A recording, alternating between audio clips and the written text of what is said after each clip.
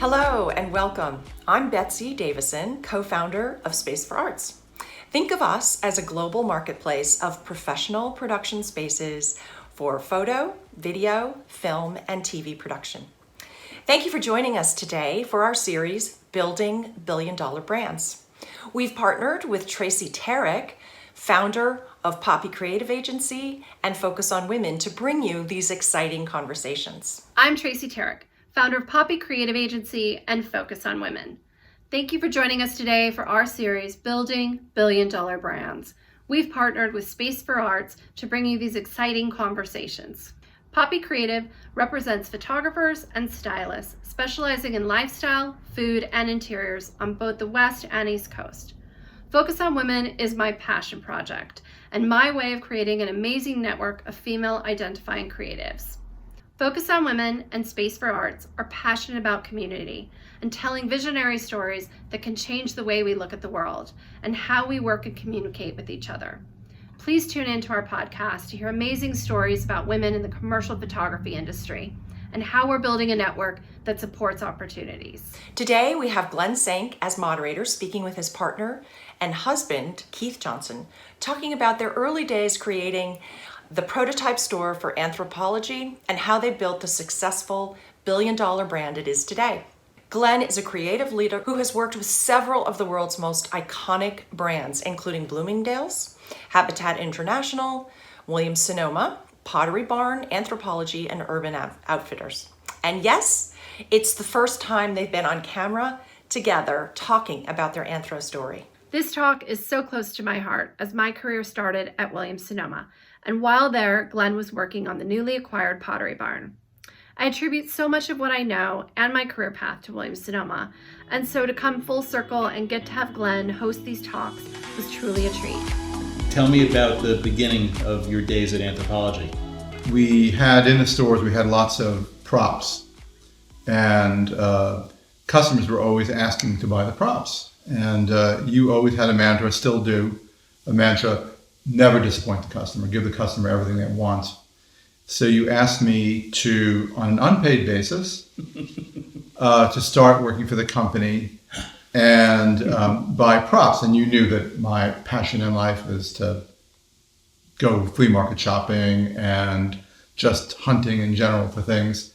And so you didn't have to twist my arm and you didn't have to pay me. So I started doing that.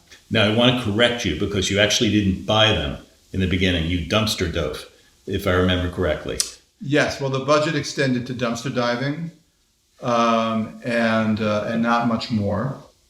But some of the best things in life are free. I mean, Anthropologie, I remember when we first opened, people thought we sold bones. And it quickly became an adjective for describing a style. How did that vision get created? How did you know what to buy? I think, being a flea marketer and being married to an anti-flea marketer, I always wanted to create, I wanted to explain to you, I always used you, I don't know if I ever told you that, as this person that if I can convert you, if I can seduce you into loving this stuff, which was a pile of crap to you in the past, if I can convince you this is wonderful stuff, then I can really easily convince the customer.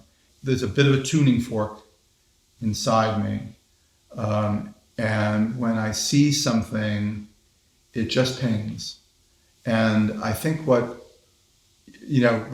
it's almost like being in retail is a bit like show business. And ultimately what you want to do is make a connection.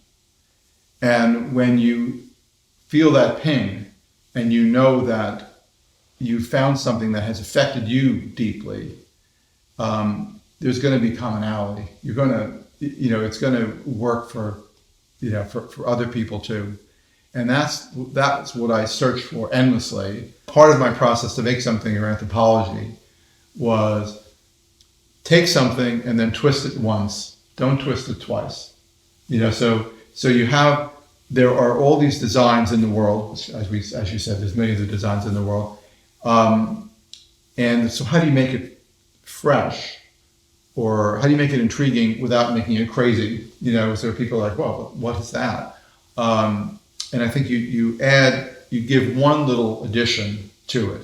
There's nothing more boring than last year's bestseller. But last year's bestseller is the thing that you kind of want to, you know, if you want, you need your bonus and and you want to be a star, you're going to look to last year to validate what you're going to buy again, and that's the fear factor, because you can get really stuck. Yeah, I think people were always surprised that I never let anyone use trend forecasting services when we built Anthropologie, and the reason why I did that is I didn't want to use the same forecast that every other retailer was using. You know, I encouraged people to come up with it on their own, and you know, I would have rather taken the time and spent the money to have people travel in, you know, the hinterlands of the earth, right, to come up with their own inspiration. So in a way, I think that's what you're saying.